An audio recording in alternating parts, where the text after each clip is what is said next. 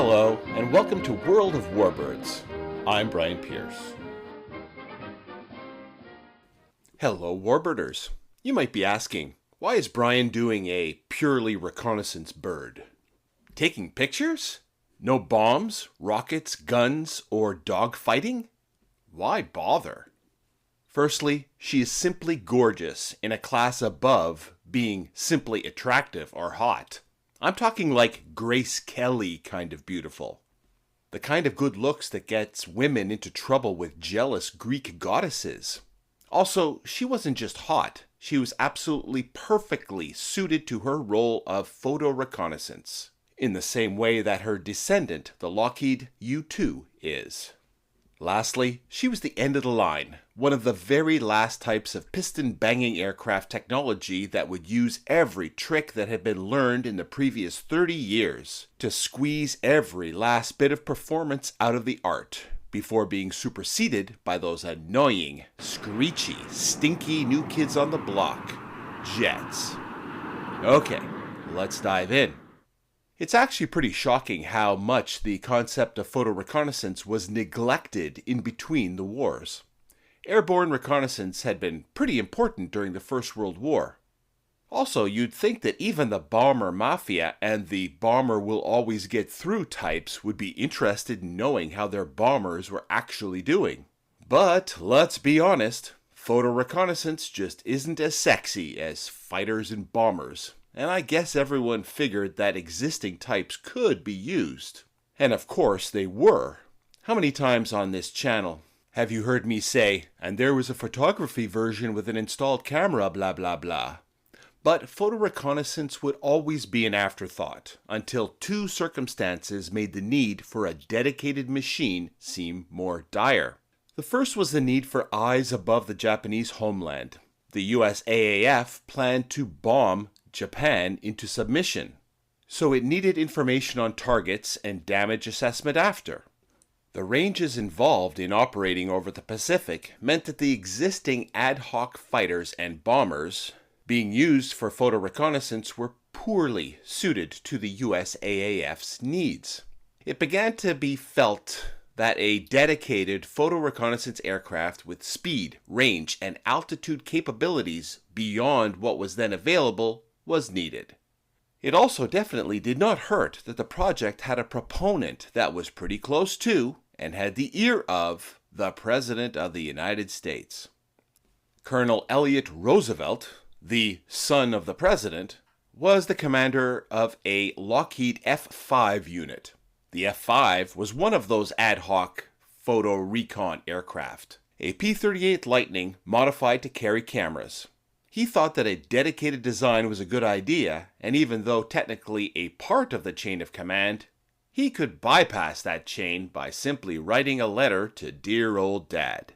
So the result was that the US AAF's Request for Proposal, or RFP, appeared in October 1943.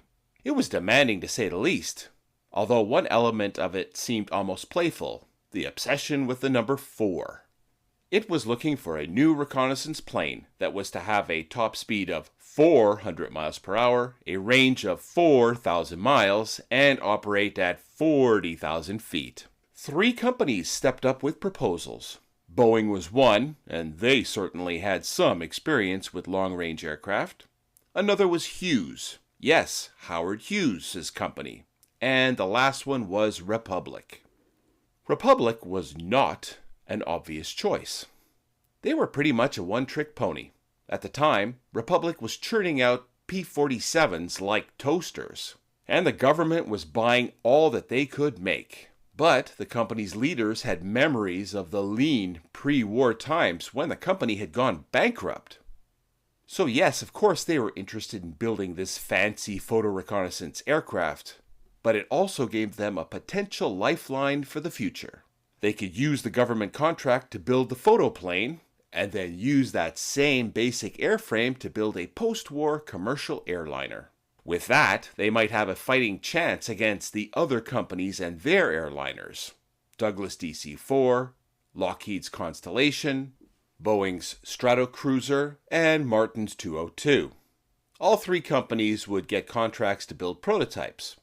Boeing would just riff off of their Superfortress, making a recon version known as the RB-29. Hughes would start working on the twin-engined XF-11. And that is a pretty crazy story. Oops, maybe a bad choice of words. That deserves its own episode at some point. And Republic got the go-ahead for the XF-12. This video was written, narrated, and produced by a real human, me. If you like human narrators, support the channel by becoming a member or sending me a super thanks. Or at least just like and subscribe and hit the bell. Thanks to Marvin Chia and Andy Gray for their very generous super thankses in my recent videos. They're really appreciated. So it was time to start designing. Alexander Cardvelli was the chief designer over at Republic. The XF-11 would certainly be a departure for him from tinkering with single-engine fighters and a jump to a big four-engine bird. And he really took advantage of the clean sheet to come up with something truly special. He imagined a very sleek, all-aluminum fuselage with a quite pointy, almost completely clear glass nose and a single tail. Now that's just the overall shape of the airframe for drag saving. But drag reducing would be an almost all-encompassing obsession with Cardvelli and his team to give this thing insane performance. Let's start with the nose, which offered unprecedented visibility for the pilots, but of course had to be pressurized in order for the aircraft to fly at the promised 40,000 feet. Making the bullet-shaped clear nose able to handle pressurization was going to be too difficult, so they created a pressurized cockpit section, which ended in a flat windscreen that was then streamlined by the unpressurized, sleek plexiglass cone. The fuselage itself was designed to be uncompromisingly sleek, being a long, slim fuselage that was perfectly circular in cross-section and tapered from nose to tail. This would make manufacturing more difficult, as no two sections of the fuselage tube would be the same diameter and so were not repeatable. The low-mounted wing had a straight taper with a high aspect ratio for maximum efficiency and squared tips. All 5,500 gallons of fuel would be carried within the wings. Besides the nose, perhaps the most strikingly aggressive streamlining was in the engines and the nearby real estate on the wings. Each of the four engine nacelles was as long as a P-47, but the comparison ends there. These things are the tightest cowled, air-cooled engines that I have ever seen. From where the back end of the propeller spinner ends to the main body of the cowling, there leaves almost no space for cooling air to get into the engine. There doesn't look like there's enough space to insert a folded sheet of paper. I mean, I'm exaggerating, but I hope you can imagine just how tightly enclosed these engines are. And if you've been watching this channel for a while, you know that engine cooling is always an issue, and with air-cooled engines, the tighter things are cowled, the harder it is to prevent the engines from overheating and even bursting into flames. And there was plenty of heat going to be produced within. The engines were Pratt Whitney R4360 Wasp Majors, which were the corncob-shaped 28-cylinder 4-row piston radials with 4,362 cubic inches, that's 71.5 liters, and capable of cranking out a whopping 4,300 horsepower each. These were the same engines that would power the upgraded Superfortress, which was called the B-50, and the mighty Convair B-36 Peacemaker. Each engine also had twin General Electric turbo superchargers installed at the rear of the nacelle for high-altitude engine boost, and, even for short bursts of even more power, a water methanol injection system was built in. As cowl flaps made too much drag, the engines used a sliding cowl system to control the engine cooling. The whole cowl would slide back to admit more air. On the ground, or when there wasn't enough cooling air moving through the engine, there was a two-stage impeller fan directly behind the propeller hub that would keep the air flowing. When the cowl ring slid forward and was mainly closed during flight, the high-speed cooling air was ducted through the nacelle, where it was heated, and then to the rear exhaust orifice, increasing thrust rather than adding drag, as is usually the case. Another feature to keep the aircraft aerodynamically clean was to avoid having all the scoops and ports that most planes have for the entry of air for the engine intakes, oil coolers, and intercoolers. Instead, all of this air was drawn in through a slit opening on the leading edge of each wing between the inboard and outboard engines. Again, this air picked up the heat from the oil coolers and intercoolers, and instead of wasting it, blew it out via the ducted exhaust, kinda like a jet does, generating an impressive 250 extra horsepower per engine. And speaking of jets, Aviation Week magazine stated that even more power for short bursts could be generated by spraying fuel directly into the exhaust stream. A piston banger with an afterburner. Now you've got my interest. During this time, you would expect contra-rotating propellers to be installed, but they were finicky devices, and in this case, due to delivery delays and reliability issues, the twin-bladed propellers were never installed. Instead, standard four-bladed Curtiss electric props were used. Now, all of this is impressive, but the point of all of it was to get cameras over a target. And for that, the XF-12 housed 3 camera bays behind the wing.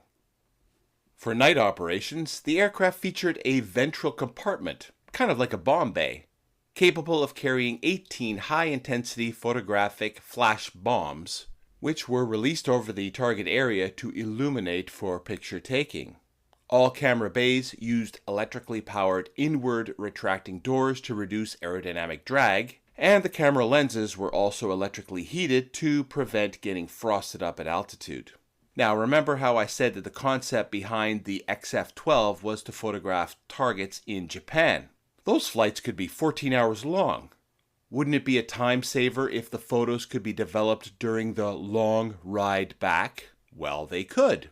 The XF-12 had a full suite of onboard darkroom facilities for the film to be developed and the pictures printed in flight. The prepared photos could be handed off right after landing for use right away.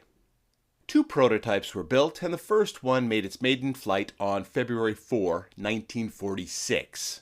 Yes, 5 months after the end of World War II.